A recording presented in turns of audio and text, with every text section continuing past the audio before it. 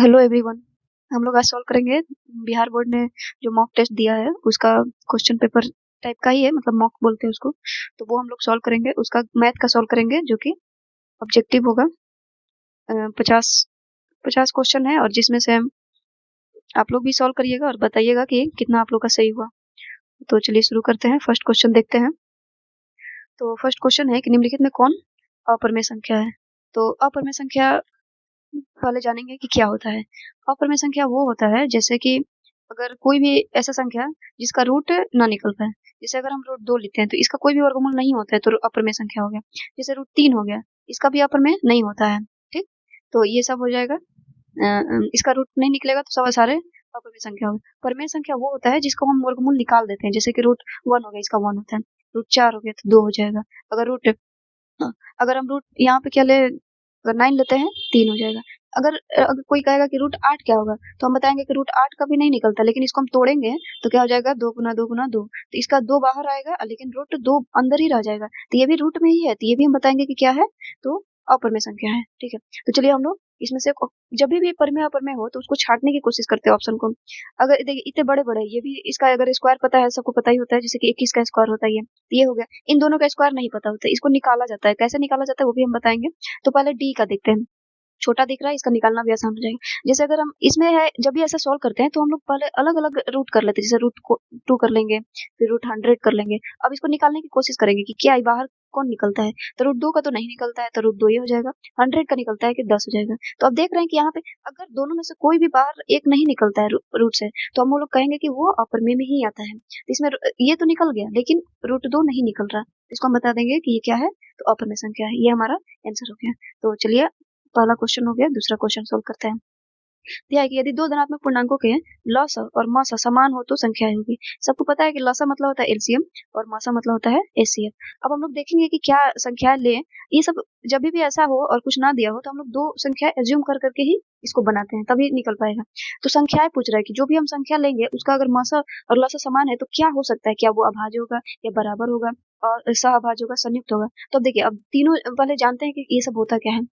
अभाज्य उसको बोलते हैं जो 1 से कटे और अपने आप से कटे। ठीक, इसको बोलते हैं अभाज्य। जैसे कि अगर हम रूट 3 ले लें, 2 ले लें, एक कभी भी अभाज्य नहीं होता है, एक को नहीं मानते हैं। 2 से लेकर चलते हैं, 2 3 5 7 ऐसे हो गया। अगर कोई कह रहा है कि हम 4 लेंगे, अगर 4 कोई ले रहा है तो इसको काट सकता है, 2 भी काटेगा, फिर एक और 2 काट सकता है, फिर 4 भी काट सकता है। मतलब अगर किसी का वो गुणनखंड में आ रहा है तो उसको हम अभाज्य नहीं बोलते, उसको भाज्य बोलते हैं। ठीक है, भाज्य, ये इसको सम भी बोल देंगे। अब ये सब चीजें तो पता ही होगी आप लोग को, लेकिन आगे हम लोग बढ़ते हैं। सहभाज्य वो होता है जैसे दो संख्या उसमें होती है। अगर हम 2 लिए और 4 लिए, दोनों जैसे 2 है, 2 को 4 को काट देगा तो इसको हम बोलेंगे कि 2 जो है इसका सहभाज्य है। संयुक्त तो वही होता है जो दो संख्या एक दूसरे से ये हो। बराबर तो सबको पता है कि अगर 2 2 है तो बराबर हो जाएगा। तो चलिए हम चेक करते हैं संख्याएं क्या होती हैं। अगर हम संख्या लेते हैं, कोई भी संख्या लिए, दो अपने अपने से कोई भी एज्यूम कर लेते हैं। तो मान लीजिए हम 4 लिए और 8 लिए, तो इसका दोनों का हम एचसीएफ और एलसीएम निकालते हैं। इसको लिखेंगे 2 गुना 2 और 8 को लिखेंगे 2 गुना 2 गुना 2। तो सबको पता है कि एलसीएम क्या होता है। एलसीएम होता है कि दोनों में से मिलना चाहिए, और जो मिल रहा उसको एक बार लिखेंगे। जैसे दो दोनों में मिल रहा था एक बार लिखे, इन दोनों में 2 मिल रहा था एक बार लिखे, एक 2 यहाँ पे है जो कि नहीं मिल रहा किसी में, तो जितना भी होगा नहीं मिलेगा सब एलसीएम में लिखा जाता है। एलसीएम 8 हो जाएगा। और एचसीएफ वो होता है जैसे जिसमें मिल रहा है, जैसे ये दोनों दोनों में मिल रहा है तो इसको एक बार लिख देंगे, फिर इसका इंटू करेंगे, फिर ये दोनों मिल रहा है तो इसको भी लिख देंगे, और नहीं मिलने वाला को नहीं लिखते हैं इसमें, तो ये 4 हो गया। तो ये कह रहा है कि यदि दो धनात्मक पूर्णांक के लसा और मसा समान होना चाहिए, तो क्या ये दोनों समान आ रहा, नहीं आ रहा, तो इस ये संख्याएं नहीं हो सकती है। तो ये ऐसा अभाज्य नहीं होगा, संयुक्त नहीं हो सकता है। दोनों संयुक्त सहभाज्य लगभग एक ही जैसा होता है, तो ये दोनों खत्म हो गए। अब हम लोग आते हैं अभाज्य, कोई कोई संख्या लेते हैं, तो अभाज्य कोई लेंगे। जैसे कि अगर हम 3 और 5 लेते हैं तो 3 को तोड़ेंगे तो 1 इंटू 3, 5 को तोड़ेंगे तो 1 इंटू 5। तो देखेंगे एलसीएम एलसीएम वो होता है जो दोनों में मिले। तो 3 और 5 दोनों में मिल रहा है तो इसका 15 हो जाएगा एलसीएम। और एचसीएफ वो होता है जो जो दोनों में मिल रहा है तो 1 हो रहा है, तो ये भी नहीं बराबर आ रहा, तो ये भी क्या हो गया, ये भी अभाज्य नहीं होगा। अब बराबर संख्या अगर कोई भी बराबर लेते हैं, 2 इंटू 2 लेते हैं, तो इसका अगर एलसीएम निकालेंगे तो इसको 1 इंटू 2 कर देंगे, इसका भी 1 इंटू 2। तो इसमें एलसीएम क्या होता है, जो दोनों मिल रहा है तो 1 इंटू 2। एचसीएफ होता है जो दोनों में जो एलसीएम होता है कि जो मतलब मिल रहा है तो उसको एक एक बार लिखेंगे, तो एक बार दो बार। एचसीएफ दोनों मिल रहा है तो मतलब इसका 2 2 ही आएगा, तो ये संख्या क्या हो जाएगी, बराबर वाली हो जाएगी। ठीक है, समझ आया। तो आगे हम लोग बढ़ते हैं। चलिए आगे है तीसरा क्वेश्चन। अब तीसरा क्वेश्चन बनाने से पहले कोई एक शॉर्ट भी होता है इसका, लेकिन शॉर्ट नहीं जानिए आप लोग, हम आपको लॉन्ग ही बताते हैं। जैसे इसको बोलते हैं रेकरिंग, इसको मान लिया जाता है। जैसे हम मान लिए कि x बराबर मान लिए कि 0.001 है, ठीक। और रेकरिंग का मतलब होता है कि यही संख्या जो है 3 है, संख्या 4 है, ये आगे भी ऐसे ही बढ़ेगा, मतलब फिर यहाँ से जाएगा 1 2 3, ऐसे बढ़ते बढ़ते एक और जीरो आएगा, ऐसे बढ़ते बढ़ते पूरा इन्फिनिटी तक जाएगा। तो ये मान लिए कितना है। अब क्या करते हैं कि जितना पर रेकरिंग है उतना से हम ना मल्टीप्लाई कर देते हैं। जैसे कि गिनेंगे कितना है, 1 2 3 4, मतलब 1 पर 4 जीरो लगा करके मल्टीप्लाई कर देंगे, तो लिखा जाएगा कि दोनों तरफ 1 2 3 4, मतलब 10,000 से गुना करने पर जितने भी मतलब पॉइंट के बाद जितने भी संख्याएं होते हैं उसको लेकर के हम लोग गुना कर देते हैं, गुना करने पर। तो अगर हम गुना करेंगे तो ये एक से है तो 10,100 जाएगा, ठीक है। अब यहाँ पे करेंगे, देखिए जैसे 1 2 3 4, तो यहाँ पे 4 शून्य है, तो ये 4 शून्य के पहले 1 आ जाएगा। जैसे 1 1 2 3, तो 1 आ जाएगा यहाँ पे, और फिर यहाँ से ये यहाँ से चालू होगा, तो ये सब लिखा जाएगा। तो 0 0 फिर 0 1, इसमें ये बहुत सारे है इसमें, तो इसमें से और भी हम एक बार और निकाल लेंगे, फिर इसको भी कर देंगे कि हाँ ये अनंत तक है। तो अब क्या करेंगे कि इसको इक्वेशन 1 ले लेंगे, इसको इक्वेशन 2 ले लेंगे। अब 2 में से 1 को घटा देंगे, तो लिखेंगे कि समीकरण बड़ा में से छोटा घटाते हैं, इसलिए मैंने 2 में से 1 नाम घटा रहे हैं। समीकरण 1 माइनस समीकरण 2, तो लिखेंगे 10,000 x बराबर 1.00010001। ये बहुत सारे इसमें है इन्फिनेटिव तक। फिर यहाँ पे लिख देंगे x, समीकरण 1 वो 2 वाला लिख दिए, फिर 1 वाला लिखेंगे, तो 1 हो जाएगा 0.001001। इसलिए लिखते हैं कि ये सारा जो है इसके बाद जो ये है और ये है सेम आएगा, तो ये घट के 0 हो जाएगा। तो इसमें से घटा देंगे तो ये तो सारा कट गया है, मतलब ये सब जीरो, यहाँ से पॉइंट के बाद सब जीरो आ जाएगा, ठीक, क्योंकि घटेगा सब जीरो हो जाएगा। अब 1 में से 0 घटाएंगे 1 हो गया, और इसमें 10,000 में से 1 घटाएंगे तो हो जाएगा 9,999 x। अब 1 है, अब x को उधर ले जाएंगे, 9,900 x का मान निकालने का पूछता है, तो 1 बटा में लिख देंगे 9,999, ठीक है। ये हो गया आंसर हमारा। देख लेंगे आंसर किसमें मिल रहा है, तो ऑप्शन नंबर ए हो गया। चलिए आगे बढ़ते हैं। अब देखिए किसी पूर्णांक m के लिए विषम संख्या का रूप होगा। अब विषम संख्या वो होता है जैसे कि हम कह दिए 1 3 5 7, जैसे ऐसे बढ़ता है तो उसको विषम संख्या बोलते हैं। तो कह रहा है पूर्णांक, पूर्णांक क्या होता है, पूर्णांक का मतलब होता है कि जैसे जीरो के पहले भी कुछ हो, जीरो के पूर्णांक संख्या वही होती है, जैसे कि इधर उधर दोनों साइड बढ़ता है, वो पूर्णांक संख्या होती है। सॉरी, इधर 1 होगा, -2 माइनस नहीं होता है, 1 जीरो के उधर माइनस होता है, जीरो के इधर ये इधर भी बढ़ता है और इधर भी बढ़ता है, उसको बोलते हैं पूर्णांक संख्या। तो हम लोग देखेंगे कि विषम संख्या मतलब कह रहा है कि इसमें कि किसी पूर्णांक m के लिए विषम संख्या का रूप होगा। तो कोई विषम संख्या रखेंगे, जैसे कि हम अगर विषम संख्या कोई भी इसमें से रख सकते हैं, एक कोई भी, जैसे मान लीजिए हम 1 ही रखते हैं, m का मान 1, तो यहाँ पे 1 हो जाएगा, ठीक। यहाँ पे अगर हम m का मान 1 रखते हैं तो 1 और 1 मिलके 2 हो गया, तो क्या ये विषम संख्या आ रहा, नहीं आ रहा। अगर हम इसमें 6 में 1 से गुना कर रहे हैं तो 6 हो रहा है, तो ये भी विषम संख्या नहीं है, ये सम संख्या है। अगर हम यहाँ पे करते हैं 6 गुना 1 प्लस 1, तो ये हो गया 6 प्लस 7, ये 7 आ रहा है, विषम संख्या का रूप पूछ रहा है। तो हम देख रहे हैं कि यहाँ पे 2 हमको मिल रहा है, 1 भी मिल रहा है और डी मतलब कि ए भी मिल रहा है और डी भी, क्योंकि ये भी विषम है ये भी विषम है। किसी पूर्णांक m के लिए विषम संख्या का रूप होगा। तो यहाँ पे हम लोग जीरो भी एक बार रख कर देख सकते हैं, ठीक है। तो हम लोग अब क्या करते हैं, जीरो रख कर देखते हैं। तो यहाँ पे जीरो रखेंगे तो जीरो हो जाएगा, यहाँ पे 1 होगा, यहाँ पे जीरो हो जाएगा, यहाँ पे 1 होगा, तो फिर इसमें 2 आ रहा है, तो मतलब इसका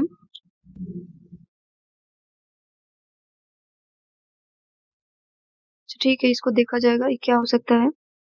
किसी पूर्णांक m के लिए विषम संख्या का रूप होगा, तो इसमें तो a भी आ रहा है और ये भी आ जाएगा, मतलब b और d भी आ रहा है, ठीक है। इसको बाद में देखते हैं क्वेश्चन को, इसमें हो सकता है कि इधर भी हो कुछ, ये गोल करके रख देते हैं। चलिए आगे क्वेश्चन बढ़ते हैं।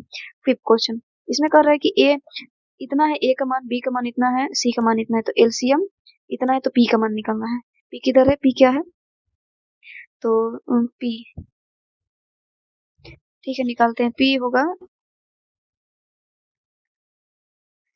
a का मान दिया है 3 स्क्वायर इंटू 5, b का है 3 इंटू 5 के पावर 2 इंटू 7p। ओके, यहाँ पे p है, ठीक है, इसको मान निकालना है। c बराबर 3 के पावर 4 इंटू 7 3, और एलसीएम दिया है, एलसीएम क्या है, एलसीएम है a b c, 3 के पावर 4 2 और 7 के पावर 4, ठीक है।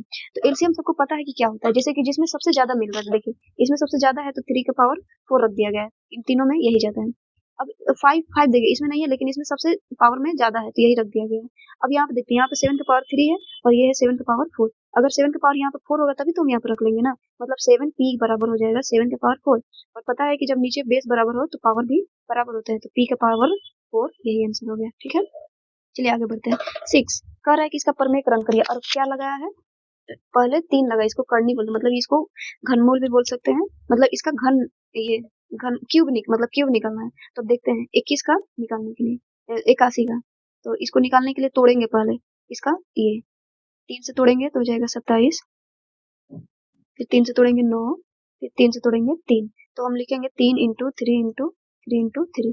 इसका 3, इसका मतलब होता है कि इन तीनों में से 3 निकले बाहर और जो भी बच रहा है उसको अंदर रखेंगे। 3 में से एक बाहर निकल गया और एक अंदर रह गया, तो हम लोग देखेंगे कि ऐसा कहाँ ऑप्शन दिख रहा है हमको, तो ऐसा कहाँ ऑप्शन नहीं दिख रहा कहीं भी। ये ऑप्शन कहाँ दिख रहा है, ये तो करनी लगाया है, परमेकरण का गुणांक होगा। अच्छा गुणांक पूछ रहा है, तो गुणांक कौन सा हो सकता है इसमें,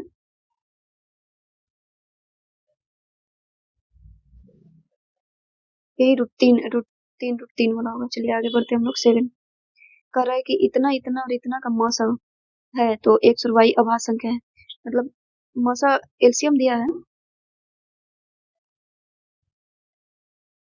मौसा निकालने का पूछ रहा है। 36 एक्स का पावर 5 वाई स्क्वायर कोई संख्या है, 54 एक्स का पावर 4 वाई क्यूब और 90 एक्स का पावर 6 वाई 4। तो एचसीएफ निकालने को कह रहा है, तो पहले निकालते हैं। 36 का तोड़ेंगे तो 36 को क्या क्या लिख सकते हैं, ऐसा लिखते हैं कि सब में ये हो जाए, तो हो जाएगा नतिया नचो का 36 हो जाएगा, और 54 को तोड़ेंगे तो 9, 9 छका 54, फिर 9 इंटू 10, ठीक है। तो इनमें 9 9 मिल रहा है तो एक बार लिखाएगा। अब अगला वाला को देखेंगे, फिर इसको तोड़ेंगे तो 2 इंटू 4, इसको 2 इंटू 3 और 2 इंटू 5। तो इन तीनों में 2 2 मिल रहा है तो 2 लिख देंगे। अब ये नहीं मिल रहा है, इसको छोड़ देंगे, अब इसका काम खत्म।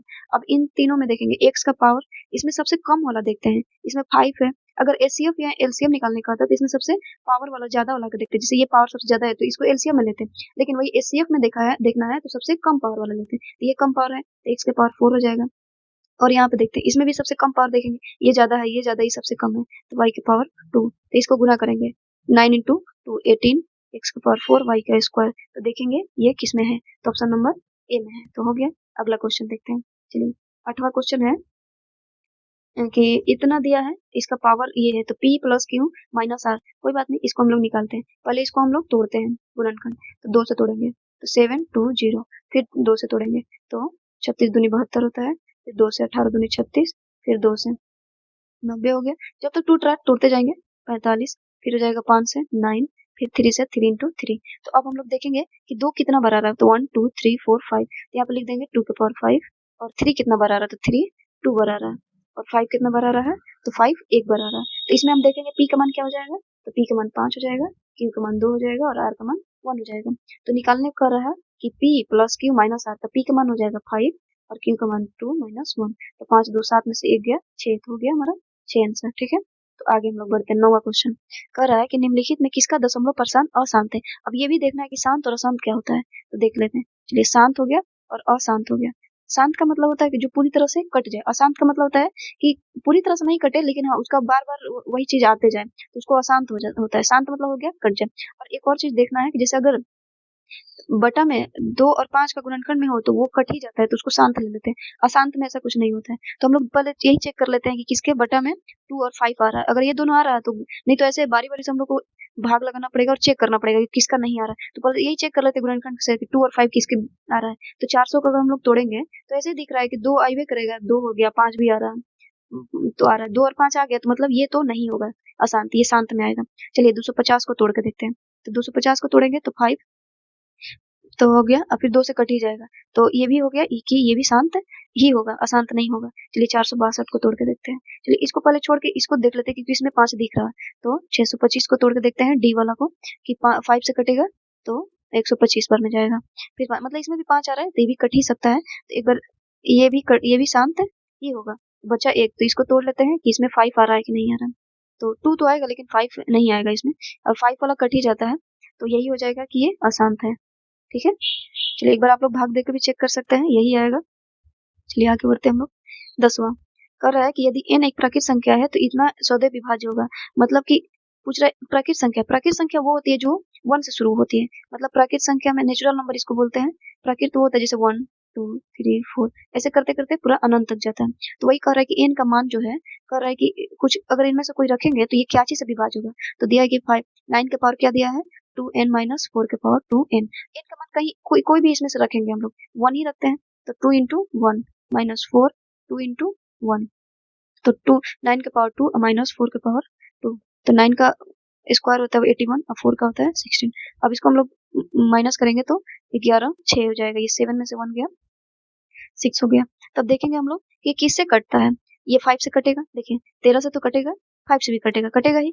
अब ये दिया है दोनों, तो हम लोग मारेंगे इसको दोनों। ये भी दोनों सही है, ए और बी भी, लेकिन इनमें सबसे ज्यादा सुटेबल है ऑप्शन नंबर सी। तो चलिए आप लोग बताइए कि 10 में से आप लोग का कितना सही हुआ। बाकी आगे हम वीडियो डालते हैं।